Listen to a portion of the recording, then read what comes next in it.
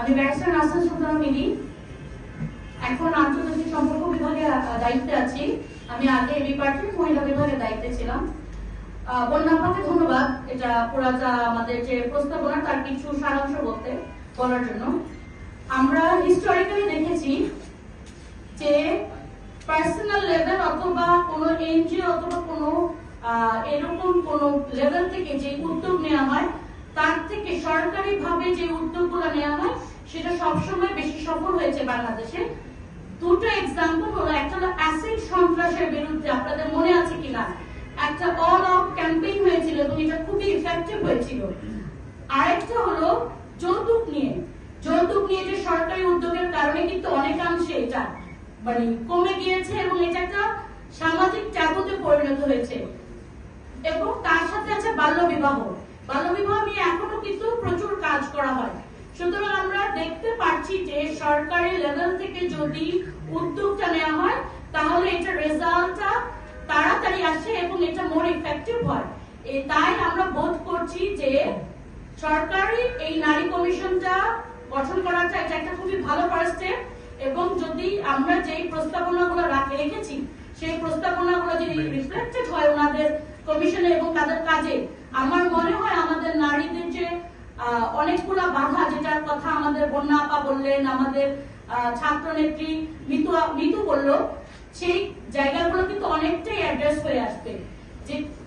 যেটা ধরেন আমরা যেটা বললাম যে আমি আমার একটা টপিক নিয়ে আমি একটু বলবো, মেয়েদের রাজনীতিতে আসাটা এত ডিফিকাল্ট কেন? এই যে 6টা ব্যাপার বললো না, যে সুরক্ষা নেই, রাস্তাঘাটে সুরক্ষা নেই, স্বাস্থ্য সুরক্ষা নেই, বাচ্চাদেরকে দেখার কেউ নেই, পারিবারিক যে নিউক্লিয়াসটা ছোট হয়ে যাওয়ার কারণে কেউ নেই, তারপরে হলো পারিবারিক ডোমেস্টিক ভায়োলেন্স, পরিবার থেকে বাধা, এগুলি কিন্তু প্রত্যেকটাই এক একটা করে ইস্যু কিন্তু একটা মেয়ের রাজনীতিতে আসা এবং এসে টিকে থাকা। শুধু আসা না, এসে টিকে থাকা। আমি যেহেতু এটা নিয়ে বছরের পর বছর কাজ করছি, আমরা দেখছি কিন্তু যে একটা প্রথমতই সামাজিক একটা বাধা আসে যে ভালো মেয়েরা রাজনীতি করে না। তারপরেও যদি কোনো কারণে একটা মেয়ে অথবা মহিলা ওই টাবুটা কাটিয়ে মানে রাজনীতিতে ঢুকতে পারে, তারপরে তাদেরকে এরকম প্রত্যেক দিনই সামাজিক, ফাইন্যান্সিয়াল এবং এই যেটা পারিবারিক বাধাগুলোকে অতিক্রম করে টিকে থাকতে হয় এবং এটা কিন্তু একটা প্রত্যেক দিনের ঝঞ্ঝাট। সেই জায়গায় টিকে থাকাটা খুব কষ্ট। এবং আমি মনে করি যদি সরকারি ভাবে এই বিষয়গুলো অ্যাড্রেস করা হয় তাহলে আমরা যে বারবার বিভিন্ন জায়গায় বলি যে আমাদের 52% নাগরিক হলো নারী, কিন্তু রাজনীতিতে নারী সদস্য 1% না কেন, আমার মনে হয় সেই জায়গাটাকে আমরা তখন অ্যাড্রেস করতে পারবো। দুজনেই বলা যায় যে খায়, হ্যাঁ আপনারা বুঝে নিতে হবে যে দুজনেই খায় এবং মুক্ত মঞ্চে খায় এবং পিএসসিতে, হ্যাঁ ওপেন স্যারদের সামনে খায়। তাহলে আসলে নারীরা সুরক্ষাটা পাবে কিভাবে? নারী তো নিজের সুরক্ষা নিজেই বলা যায় যে ফেলে দিচ্ছে। আমি এখানে আপনাকে একটা ফার্স্ট পয়েন্ট বলি।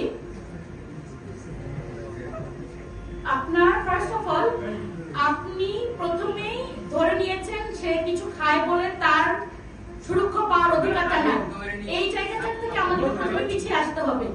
আমি একটু উত্তরটা দিই। এই জায়গা থেকে আমাদেরকে পিছিয়ে আসতে হবে। প্রত্যেক নাগরিকের অধিকার আছে সুরক্ষা পাওয়ার। হ্যাঁ, সে যদি কোনো একটা অপরাধমূলক কাজ করে অথবা মোরালি রং, অপরাধ না হলো মোরালি রং, যেটা আপনি বলছেন টিচারদের সামনে করছে অথবা খাচ্ছে, এটা মোরালি রং। সেটা আমাদের ছোটবেলা থেকে মূল্যবোধ থেকে শিখাতে হবে, আমাদের শিক্ষাক্রম থেকে বিভিন্ন জায়গা থেকে পরিবার থেকে শিখাতে হবে। কিন্তু সেটা খায় বলে তার নিরাপত্তা পাবে না। এই জায়গাটা থেকে আমাদেরও নিজস্ব মানসিক জায়গাটা থেকে পিছিয়ে আসতে হবে এবং বুঝতে হবে যে প্রত্যেকটা নাগরিকের despite any conditions, back conditions, তার সুরক্ষা পাওয়ার অধিকার আছে। আমি এলাবোরেটলি এখানে বলা আছে একটা পেয়েছি। জি, আমাদের নিউজের জন্য স্পেসিফিক ভাবে দাবি করবে বলে বলেন। আচ্ছা, ঠিক আছে,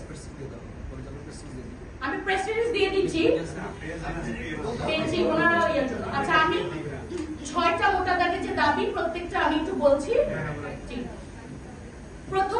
প্রথমত নারীর নিরাপত্তা ও সুরক্ষা দাবি করেছি এবং সেটার জন্য কিছু সাজেশন আমরা দিয়েছি যে কিভাবে হতে পারে। লোকাল ওয়াচডগ, তারপর সিসিটিভি, সেফ স্পট, মেয়েদের জন্য হয়তো আলাদা গণপরিবহন এবং গণপরিবহনে আপনার সিসিটিভি এবং আচ্ছা, এটা স্বাস্থ্য, তারপরে হলো স্বাস্থ্য সুরক্ষা।